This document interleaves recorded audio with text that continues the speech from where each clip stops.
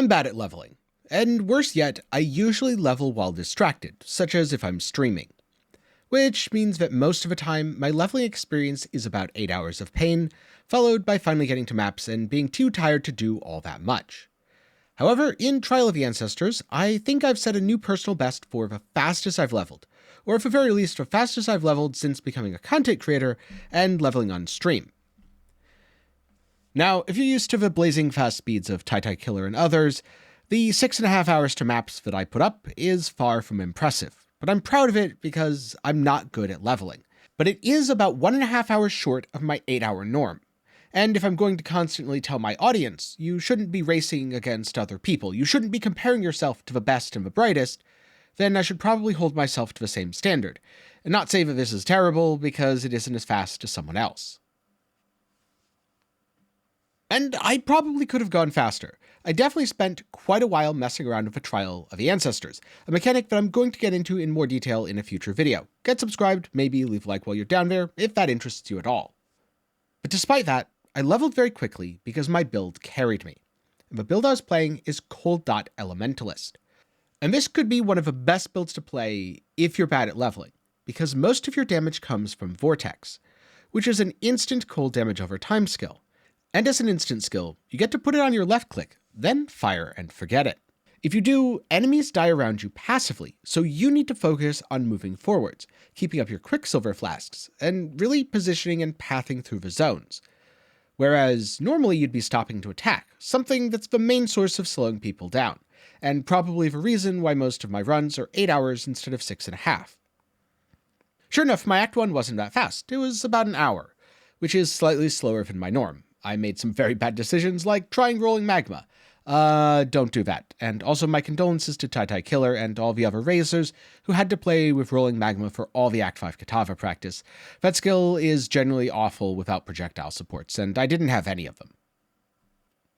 However, as my build started to come together, it started to get faster, and my Acts 7, 8, 9, and 10 were some of the fastest I've ever done. It felt like I was breezing through them in a couple minutes. This is because I didn't have to worry about stopping to kill enemies. I could just run past, and things would die, I'd get EXP, I'd look away and, oh, I'm level 56, and then I'd look away again and all of a sudden I'm level 62. Don't get me wrong, maps have pretty much been the same thing. I'm almost level 80, and I don't really know where the levels came from, but they're here now and I'm gonna keep them. I've always been bad at leveling because I don't practice it, and I don't practice it because I don't enjoy it. Give me something to craft. Or give me a build to tinker with, and I'm perfectly happy to min-max it. I'm willing to read all the wiki pages that I need, really learn things, make mistakes, and get better at something. Just like how I'm always willing to expand and try new video styles, because I want to get better at being a YouTuber. But I don't enjoy leveling, and therefore I have no motivation to get better at it. As a result, I've played the game for about 10 years, and I probably haven't improved in my leveling in a good 4 or 5, and realistically, this is probably a one-off. I'm probably not going to get any better at leveling, even if I can see a way to do so, because that would require an effort that I'm not willing to put in. And the reason I bring this up is because that's true of a lot of things in Path of Exile. The only way you get better at making builds is by doing it, putting in the effort and learning, actively, not just passively.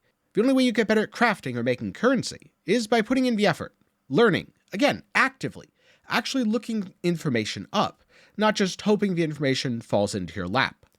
But sometimes, even if you're not willing to put in the effort, you get lucky, and that's what happened here. It's a free win, but I'll definitely take it. And so, if you're also bad at leveling, but want to increase your time, think of something like Cold DoT, where your main damage skill is passive, and you can just focus on going through the zones and running past enemies.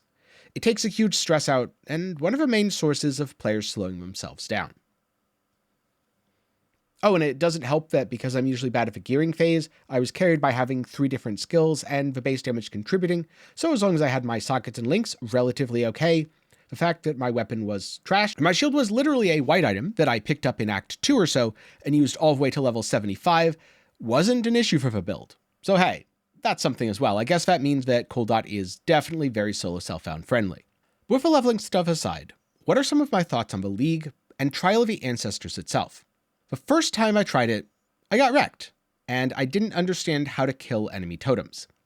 You have to left click on them and hold it down because it's a channel, As you channel, the totem's health drains away. But if anything hits you while you're channeling, you get stunned and locked out of acting. Which isn't a particularly pleasant experience, but it is a very good balancing mechanic. And conversely, you can do the same thing to enemies, so if you have some sort of persistent damage effect that you're constantly firing out, it's a really good way to CC an enemy by letting them channel for a fraction of a second and stunning them out of it, then killing them in the stun. Now, a few other things that I learned. First up, I found out that if you lose, the rounds still progress, and the reward shifts even if there's only one opponent left. You don't get offered the same thing twice, except by chance. It also feels like the rewards for this are more in line with Forbidden Sanctum than a lot of other out-of-combat or out-of-map League mechanics, and it does feel very different. My main criticism of both Blight and Synthesis were that they felt too much like Path of Exile. It didn't feel like I was playing a tower defense game, and it certainly didn't feel like I was playing a board game. I was just doing something in Path of Exile that was a little too different from normal gameplay to be comfortable. Just annoying enough. Well, this feels really different. And I do think there's going to be a point where with my gear, I'll completely overpower it. I'll be able to smash everything within an instant, but then I'll still have to deal with the mechanics of channeling on the totems. So I'm hoping that, much like Forbidden Sanctum, it keeps its flavor even into the endgame. And I also know this means it won't be for everyone. Some people are going to say, yeah, but I just want to map and kill monsters. And that's totally fine. You can always sell your silver coins to someone else. It could also be that the rewards don't keep scaling the way they seem to from early maps. I'm frequently getting multiple Chaos Orbs, and some of the tattoos are absolutely insane. And speaking of, I'm definitely going to be making a video going over all the tattoos, and probably talking about which ones are good and which ones you should avoid. Also how to use some of the trickier ones in an upcoming video. Not sure when that's coming out, but hopefully soon. Because for now, what I really need to do is get my Elementalist up and running. Farm some currency, get into red maps, all the usual stuff. I'm definitely off to a good start, and I'm quite happy with my choice in Cold DoT Elementalist as a League starter.